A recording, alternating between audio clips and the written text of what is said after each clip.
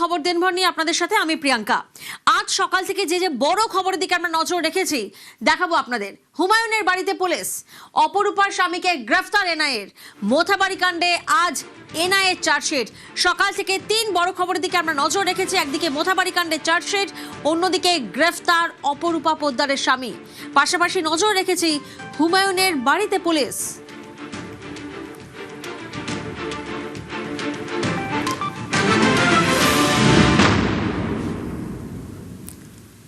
শাকিল আলী গ্রেফতার, অপরূপ পোদ্দারের স্বামী গ্রেফতার। শাকিল আলীকে গ্রেফতার এনআইএর। আরামবাগের প্রাক্তন তৃণমূল সাংসদের স্বামী গ্রেফতার। প্রাক্তন তৃণমূল সাংসদ অপরূপা পোদ্দারের স্বামীকে গ্রেফতার করা হয়েছে। 2023 সালে রিষড়ায় রামনবমীতে অশান্তি। আরো একবার আপনাদেরকে জানাবো যে খবরে আমরা একের পর এক তিন বড় খবরে নজর রেখেছি। তবে প্রথমে আমরা যে খবরে নজর রাখছি, অপরূপা পোদ্দারের স্বামী গ্রেফতার। শাকিল আলীকে গ্রেফতার এনআইএর। আরামবাগের প্রাক্তন তৃণমূল সাংসদের স্বামী গ্রেফতার। 2023 সালে রিষড়ায় রামনবমীতে অশান্তি। রানা প্রতিনিধি আমাদের সঙ্গে রয়েছেন, সরাসরি রানার থেকে একবার জানবো। রানা, শাকিল আলী সম্পর্কে তোমার থেকে একটু জানতে চাইবো।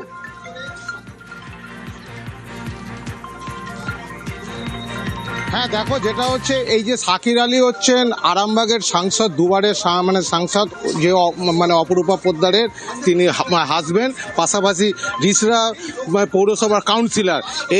এই মুহূর্তে দাঁড়িয়ে আছি রিষড়া তার যে বাড়িতে। তুমি দেখতেই পাচ্ছ যে পুলিশ ও সেন্ট্রাল ফোর্স কিন্তু আজ সকালেই এসে তারা কিন্তু বাড়িটা ঘিরে ফেলেছে। তারপরেই তারা ভেতরে জিজ্ঞাসাবাদ করছে। তবে এই মুহূর্তে বড় খবর হচ্ছে যে শাকিল আলীকে গ্রেপ্তার করা হয়েছে। তবে এখনো তাকে কিন্তু বাড়ির ভেতরেই রাখা হয়েছে। যেটা জানা যাচ্ছে 2023 সালের 2রা এপ্রিল রামনবমীর একটি মিছিল ছিল। সেই মিছিলে স্বয়ং উপস্থিত ছিলেন দিলীপ ঘোষ। সেই মিছিলের শেষে রিষড়া জিটি রোডে একটি অশান্তির ঘটনা ঘটে। ওই মিছিলের উপর হামলা চালানো হয়, মারধর করা হয়। তারপর থেকেই কিন্তু এনআইএর একটা তদন্তের দাবি উঠেছিল। সেই ঘটনায় হচ্ছে রিষড়া উত্তপ্ত হয়ে ওঠে। রিষড়া রেলগেটের কাছে যে একটি ইএফআর এর গাড়িতে আগুন ধরিয়ে দেওয়া হয়। প্রায় 4 থেকে 5 দিন ধরে রিষড়া সহ সম্পূর্ণ শ্রীরামপুর পর্যন্ত ইন্টারনেট পরিষেবা বন্ধ রেখেছিল, যে এতটাই উত্তপ্ত হয়ে গেছিল। সেই ঘটনায় বিভিন্ন সূত্র থেকে আজকে শাকিল আলীকে জিজ্ঞাসাবাদ করে সকালেই তাকে গ্রেপ্তার করেছে এনআইএ। এখনো পর্যন্ত এনআইএ প্রায় 10 থেকে 12 জনের প্রতিনিধি দল তারা বাড়ির ভেতরে রয়েছেন। যেটা সূত্র থেকে জানা যাচ্ছে যে এই যে গোটা ঘটনায় রিষড়া শহর জুড়ে যে অশান্তি হয়েছিল, তখন যে এনআইএর যে দাবি উঠেছিল, কিন্তু তৎকালীন মুখ্যমন্ত্রী কিন্তু সেই এনআইএ তদন্ত করতে বাধা দিয়েছিলেন। ফলে এখন রাজ্যে পালাবদল হয়েছে, জিরো টলারেন্স নীতি নিয়েছে। সেই ক্ষেত্রেই আজকে এনআইএ কিন্তু আজকে শাকিল আলীর বাড়িতে এসে তাকে জিজ্ঞাসাবাদ করছে ও তাকে গ্রেপ্তার করেছে। একেবারে বিজেপি নেতা দেবজিৎ সরকার এই গ্রেফতারি নিয়ে কি বলছেন শোনা যাক। নতুন রাজ্য সরকার আসার পরে একটা জিনিস বলা হয়েছে যে দুর্নীতি বা যে কোনো অন্যায়ের সম্বন্ধে আমরা জিরো টলারেন্সের নীতি নেব। যে যেখানেই থাকুক না কেন, যত বড়ই ধামাচাপা দেওয়ার চেষ্টা হোক না কেন, যারা অন্যায় করেছিলেন তারা আইন আমলে আসবেন। কেউ কোনো পলিটিক্যাল ইমিউনিটি পাবেন না। কোন রকমের কোনো ইমিউনিটি কোনো দুষ্কৃতীকে দেওয়া হবে না। এটা সরকারের ঘোষিত সিদ্ধান্ত। বিজেপি পার্টি হিসেবে, দল হিসেবে এই সিদ্ধান্তের সঙ্গে এবং তার সমর্থনে আছে। দেশের মধ্যে বা দেশের বাইরে যেখানেই থাকুন না কেন তাদেরকে আনা হবে এবং আইন আমলে রাখা হবে। এটাই নতুন ভারত, এটাই নতুন পশ্চিমবঙ্গ। রিষড়া পুরসভার কাউন্সিলর শাকিল আলী গ্রেফতার। আমাদের আরেক প্রতিনিধি অমিত এই মুহূর্তে আমাদের সঙ্গে রয়েছেন। অমিত, মামলায় নাম জড়ালো আমরা দেখেছিলাম যে অধরা ছিলেন প্রাক্তন তৃণমূল সাংসদের নাম।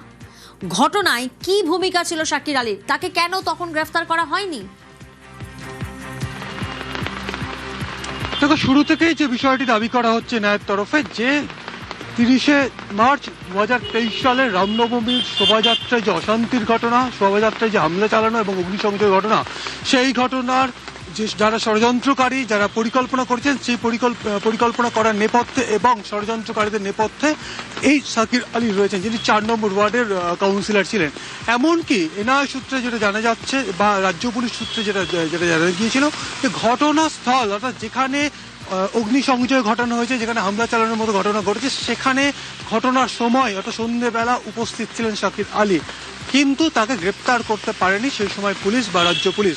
কারণ একটা রাজনৈতিক প্রভাব, অর্থাৎ তিনি একদিকে যেমন রিষড়া পুরসভার তৃণমূলের কাউন্সিলর, অন্যদিকে 2023 সাল অর্থাৎ সেই সময় তার স্ত্রী অপূর্বা পোদ্দার আরামবাগ লোকসভা কেন্দ্রের তিনি সাংসদ। এই রাজনৈতিক প্রভাব, তৃণমূলের কাউন্সিলর এবং এমনকি তার স্ত্রী তৃণমূলের সাংসদ হওয়ার কারণে এক রাজনৈতিক প্রভাব খাটিয়ে তিনি এতদিন কিন্তু হাতছাড়া ছিলেন পুলিশে, এমনটাই কিন্তু দাবি করা হচ্ছে। সেই জায়গা থেকে যে সমস্ত তথ্য প্রমাণ উঠে এসছে, অর্থাৎ তার উপস্থিতি যখন ঘটনা ঘটছে, রিষড়া এলাকাতে রামনবমীর শোভাযাত্রার উপর যখন হামলার ঘটনা ঘটছে, অগ্নিসংযোগের ঘটনা ঘটছে, এবং যারা এই ঘটনার নেপথ্যে ছিলেন, অর্থাৎ যারা কাণ্ডারি বা যারা পরিকল্পনা করেছিলেন, যারা ষড়যন্ত্র করেছিলেন, তাদের মধ্যে কিন্তু সাকির আলী ছিলেন। এমনকি তিনি ঘটনাস্থলে উপস্থিত ছিলেন। সমস্ত তথ্য প্রমাণ থাকা সত্ত্বেও রাজনৈতিক প্রভাব, অর্থাৎ তৎকালীন সেই সময় তৃণমূল কংগ্রেসের যে সরকার এবং সরকারের শুধু সরকারই নয়, তার স্ত্রী ছিলেন অপূর্বা পোদ্দার, তিনি ছিলেন হচ্ছে আরামবাগ লোকসভা কেন্দ্রের তিনি সাংসদ, এবং একই সঙ্গে সাকির আলী তিনি ছিলেন রিষড়া পুরসভার 4 নম্বর ওয়ার্ডের কাউন্সিলর। সমস্ত রাজনৈতিক প্রভাব তিনি সেখানে বিস্তার করে সমস্ত প্রভাব কাটিয়েছিলেন সেখানে। সেই কারণেই সেই জন্য তিনি তৃণমূল করার সুবাদে তিনি সেই সময় কিন্তু বেঁচে গিয়েছিলেন বা পুলিশ তাকে গ্রেপ্তার করতে পারেননি, এমনটা কিন্তু জানা যাচ্ছে। বেশ।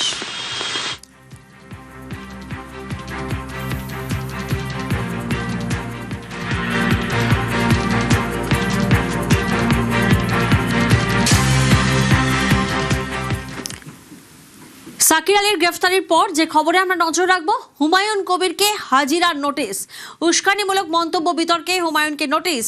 মুখ্যমন্ত্রীর হুঁশিয়ারির পরই আমরা দেখলাম অ্যাকশন, নোটিশ দিতে শক্তিপুরে হুমায়ুনের বাড়িতে পুলিশ। একটি মামলায় 3 জুলাইয়ের মধ্যে হাজিরার নোটিশ। রৌনক প্রতিনিধি আমাদের সঙ্গে রয়েছেন, সরাসরি রৌনকের কাছে একবার যাব। রৌনক, উস্কানিমূলক মন্তব্য বিতর্কে হুমায়ুনকে নোটিশ দেওয়া হয়েছে, আমরা দেখলাম যে মুখ্যমন্ত্রীর হুঁশিয়ারির পরে একেবারে অ্যাকশন।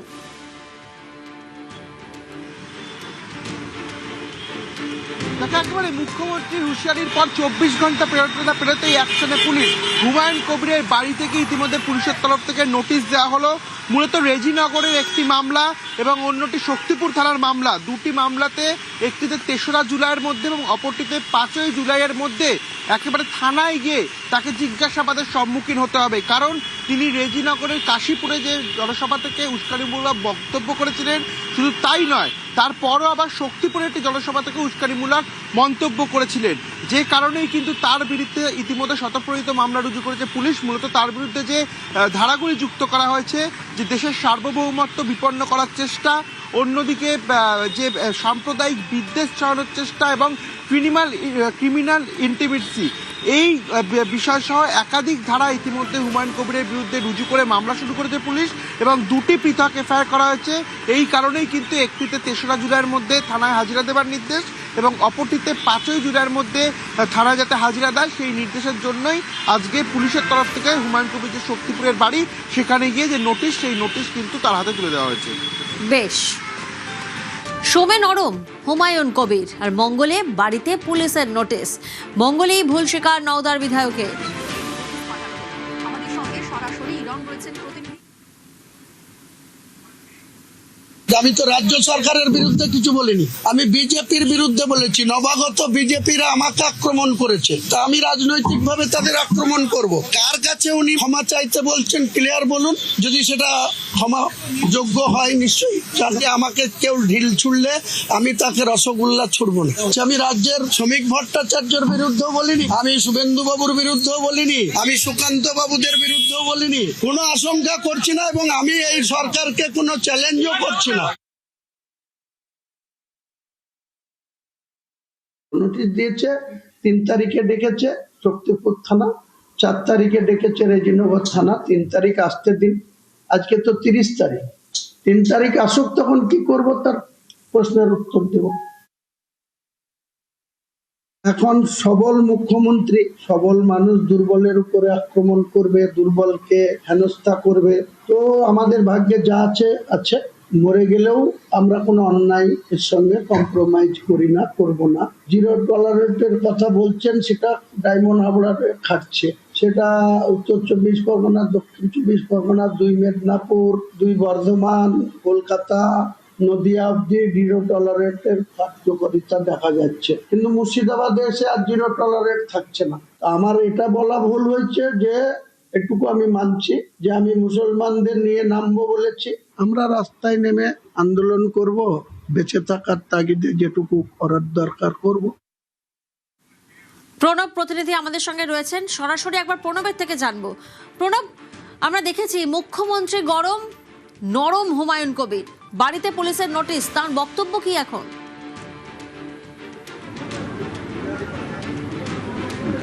দেখো, কিছুটা হলেও নরম হয়েছেন হুমায়ুন কবির। আজকে সকালবেলাতেই শক্তিপুর থানা থেকে এবং রেজিনগর থানা থেকে শুনানির জন্য তাকে হাজিরা দেওয়ার জন্য নোটিশ দেওয়ার জন্য পুলিশ যায় শক্তিপুরের যে মানকাহারের যে বাড়ি রয়েছে সেই বাড়িতে।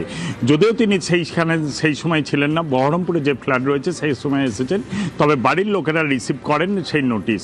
তো এরপরেই কিন্তু হুমায়ুন কবির কিছুটা হলেও নরম হয়েছেন এবং তিনি জানিয়েছেন যে গিয়ে নোটিশটা দেখার পরেই তিনি তার হাজিরা দেবেন এবং কেন কোন পরিস্থিতিতে তিনি কথাগুলো বলেছিলেন, যে দুটো সভায় তিনি পুলিশকে উস্কানিমূলক কথাবার্তা, পুলিশের বিরুদ্ধে কথাবার্তা এবং যে জেলার যে নেতৃত্ব, বিজেপির নেতৃত্ব, তাদের বিরুদ্ধে যে সমস্ত কথাবার্তা বলেছিলেন, সেই পরিস্থিতি নিয়ে পুলিশের কাছে তদন্তকারী অফিসারদের সামনে তিনি কথা বলবেন। যদিও তার সাফাই যে বিজেপির যে রাজ্যের মুখ্যমন্ত্রীর উদ্দেশ্যে তিনি কোনোরকমভাবে কটু কথা বলেননি বা রাজ্যের বিজেপির যে নেতৃত্ব রয়েছেন রাজ্যের, তাদের বিরুদ্ধে কোনোরকমভাবে কথা বলেননি এবং যদি তার সত্যিকারে ভুল হয় তাহলে তিনি কিন্তু অনুতপ্ত। এ ব্যাপারে তিনি নিজেকে কিছুটা হলেও সংশোধন করবেন বলে কিন্তু তিনি জানিয়েছেন এবং তার জবাব যে তিনি যে কোর্টে যেহেতু হাজিরা দেওয়ার থানায় নির্দেশ দিয়েছে 4 তারিখ এবং 5 তারিখ, সেই ব্যাপারে তিনি শক্তিপুর থানায় এবং রেজিনগর থানায় তদন্তকারী অফিসারদের কাছে যাবেন এবং কোন পরিস্থিতিতে তিনি এই বক্তব্য রেখেছিলেন স্টেজে সেই কথা তিনি জানাবেন। বেশ, মুখ্যমন্ত্রীর হুঁশিয়ারির পরেই হুমায়ুনের বাড়িতে পুলিশ। আমার মনে হয়েছে যে এনাফি জানাব, সময় এসেছে এই ধরনের লোককে সবক শেখানোর। আপনাকে আমি পরিষ্কার বলছি, মমতা ব্যানার্জি মুখ্যমন্ত্রী নন। আপনি দুর্বল মুখ্যমন্ত্রী পেয়ে যা খুশি করেছেন, যা খুশি বলেছেন। আমি আপনাকে বলে গেলাম, আমরা 2টো এফআইআর স্টার্ট করেছি। এত বড় ক্ষমতা আপনাকে কেউ দেয়নি। আর আমি 1 সপ্তাহ পরে মুর্শিদাবাদে যাচ্ছি, আমি প্রমাণ করে দেব ভারতবর্ষের সংবিধান, আইন শেষ কথা বলে, কোন বাপের আবাদ শেষ কথা বলে না। আপনাকে সংযত হওয়ার, সতর্ক হওয়ার, এই ধরনের কথা প্রত্যাহার করার এবং ভবিষ্যতে এই ধরনের কথা বলার আগে 25 বার ভাবার হুঁশিয়ারি দিয়ে আমি সবাইকে আশ্বস্ত করছি। আপনারা ভাবছেন কেস হয়েছে, অ্যাকশন কবে হবে? যারা ওকে ডেকেছিল এই সভাতে তাদেরকে আগে তুলবো, তারপরে আপনার কাছে যাব। যা করার করব, আমি আশ্বস্ত করছি আপনাদের। আপনি ধরে রাখুন, এটা ওর শেষ বক্তব্য, ধরে রাখতে পারেন। এই সরকার আইনের শাসন প্রতিষ্ঠা করবে, গুন্ডাদের শাসন সমাপ্ত করবে, নিশ্চিন্ত থাকুন।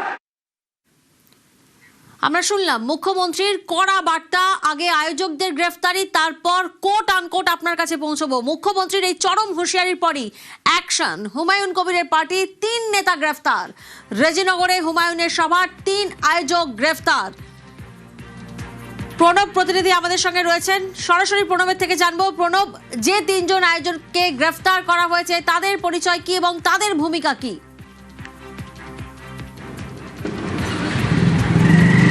দেখো, রেজিনগর থানার পুলিশ হচ্ছে 2 জনকে গ্রেপ্তার করে। আমজনতা উন্নয়ন পার্টির 2 কর্মী, নেতৃস্থানীয় গোলাম মোস্তফা এবং আমিনুল হক। গোলাম মোস্তফা যে কাশীপুরে যে সভা হয়েছিল সেই কাশীপুর অঞ্চলের অঞ্চল সভাপতি এবং আমিনুল হকও কিন্তু বেলডাঙ্গা 2A ব্লকের আমজনতা উন্নয়ন পার্টির দায়িত্বে রয়েছেন এবং এই যে কাশীপুরে যে সভা হয়েছিল, যে সভা থেকে হুমায়ুন কবির মূলতভাবে পুলিশের বিরুদ্ধে এবং বিজেপির নেতৃত্ব সাংবাদিকদেরকে নিয়ে কুবাক্য ব্যবহার করেছিলেন এবং উস্কানিমূলক বক্তব্য দিয়েছিলেন, এবং যার পরিপ্রেক্ষিতে গতকাল মুখ্যমন্ত্রী বলেন। তারপরে কিন্তু পুলিশ যথেষ্টভাবে হয়, তারপরে দুজনকে গ্রেপ্তার করে এবং গতকাল রাত্রিবেলা থেকে গোলাম মোস্তফাকে এবং আমিনুল হককে গ্রেপ্তার করেছে। অন্যদিকে শক্তিপুর থানার পুলিশ